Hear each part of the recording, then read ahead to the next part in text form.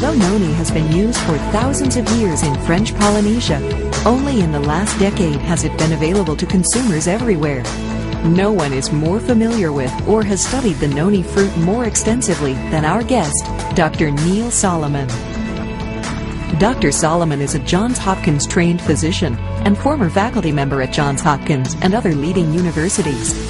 He is also a New York Times best-selling author.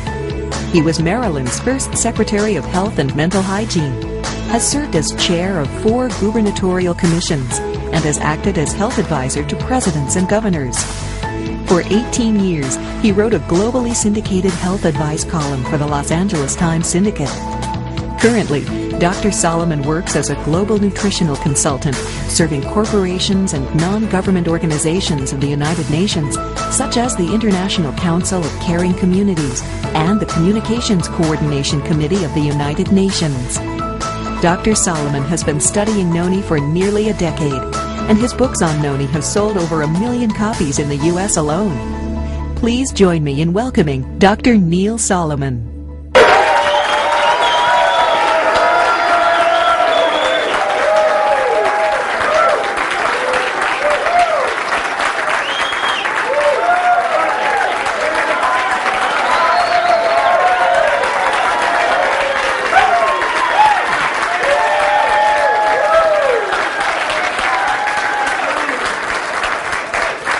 Thank you very, very much.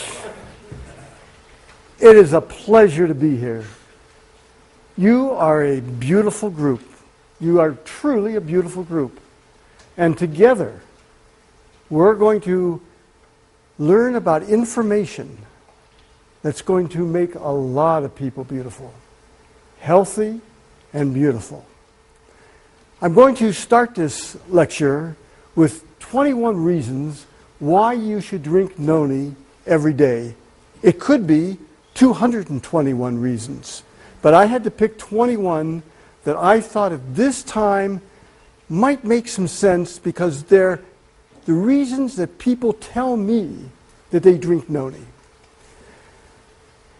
Well, in the 21 reasons to drink noni every day, they're to try to prevent, or if you have the following diseases, help decrease your symptoms: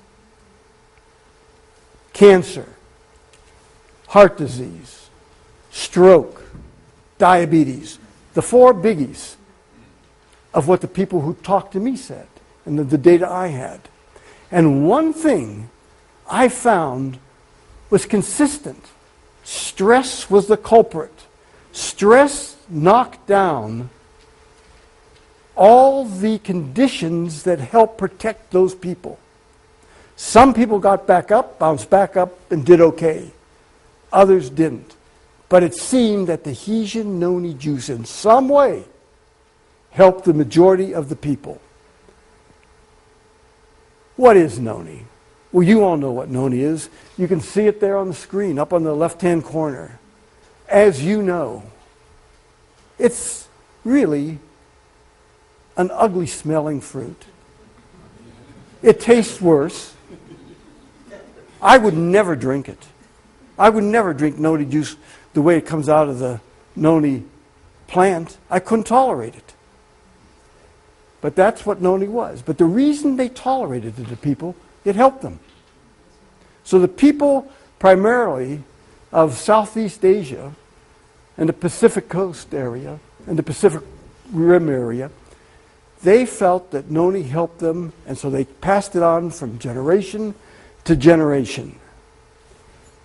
And it was because of that that terrible taste didn't prevent them from taking it, because they stayed pretty healthy.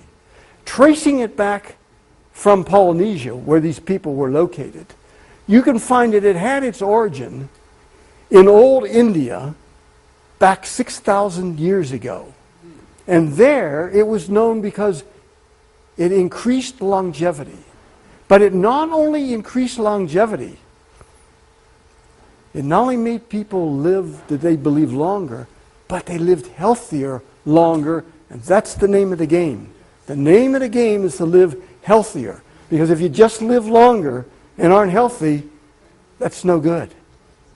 And if you go to the Sanskrit writings, you'll find in those writings, the quotes, marvelous, healthful properties. Noni. It has marvelous, healthful properties. Noni juice may help prevent and protect against cancer. There has been research done on noni, and the research shows that it may prevent and it may protect against cancer.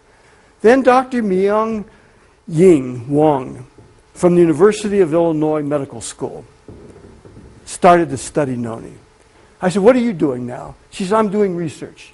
I do cancer research at the university. I said, how do you do your research? She said, well, what I do is I have animals and I give them cancer and then I give them different drugs to see which ones will decrease the cancer and which ones will allow the animals to live longer. I said, I got a great idea. Throw some noni in. Just throw some noni in. Oh, she said, I can't do that. I said, why not? Do you use controls? She said, sure. I said, use it as a control. Use it as a control. Another form of a placebo. See what happens. She did it. And you know what she found? It helped as much as the drugs. I could go through all the work that was done on animals, but this probably summarizes better than any. Dr. Harazumi Kim, she had 15 mice. She gave them all that cancer I told you about.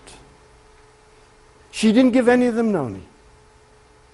At the end of 16 days, every one of them died. 100% of them died. She had another group at the same time. And what she did to that group is she added noni. And every one of them lived. Every one of them lived. That's in the literature. I gave you the reference there in Pharmacology, December 1997. She also presented this. This was presented at the American Association of Cancer Research. This is for real stuff. Do I say that noni cures cancer? No. Noni does not cure cancer.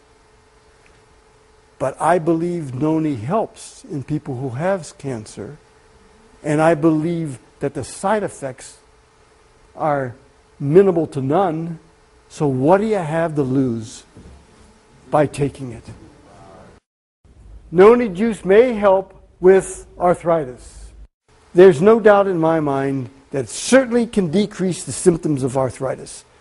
Now, before noni came along, people were using mainly aspirin and ibuprofen. But the problem with aspirin and ibuprofen is they can chew up your gastrointestinal tract. They can give you ulcers. Now recent data shows that they can raise your blood pressure and give you hypertension. 50% of all people who take aspirin or ibuprofen in some way or another have GI symptoms. Of those who take noni, and 1,675 took it, 78% said it helped their arthritic symptoms. And it helped their arthritic symptoms without the GI problems, without causing them to have ulcers. Noni juice may help decrease heart symptoms. Now, what causes heart problems? There are lots of different things that cause heart problems, but we're going to talk about three things that nobody argues about. One, you can get a clot.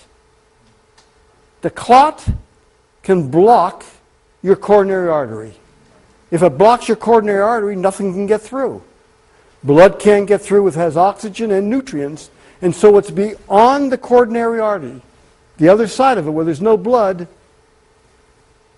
that tissue dies. When that tissue dies, that's called a myocardial infarction. And that just means, infarction means death. Myocardium is the muscle of the heart, and that's what you have.